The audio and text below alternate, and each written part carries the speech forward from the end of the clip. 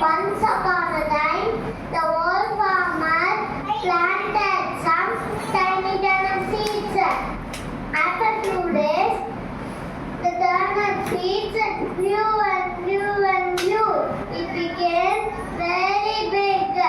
The old farmer tried to pull out the turnip. He pulled and pulled the turnip. Oh no, he fell and lost the grip.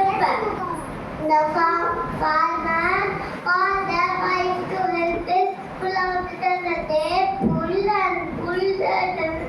Oh no, they fell and lost the grip. They called the grandson to help them pull out the turnip. They pulled and pulled the turnip.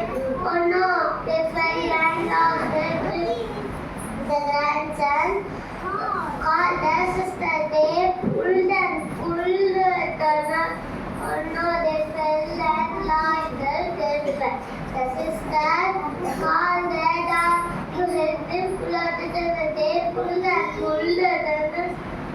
Oh, how powerful turnip! They are had a turnip soup for a treat. Together, let's achieve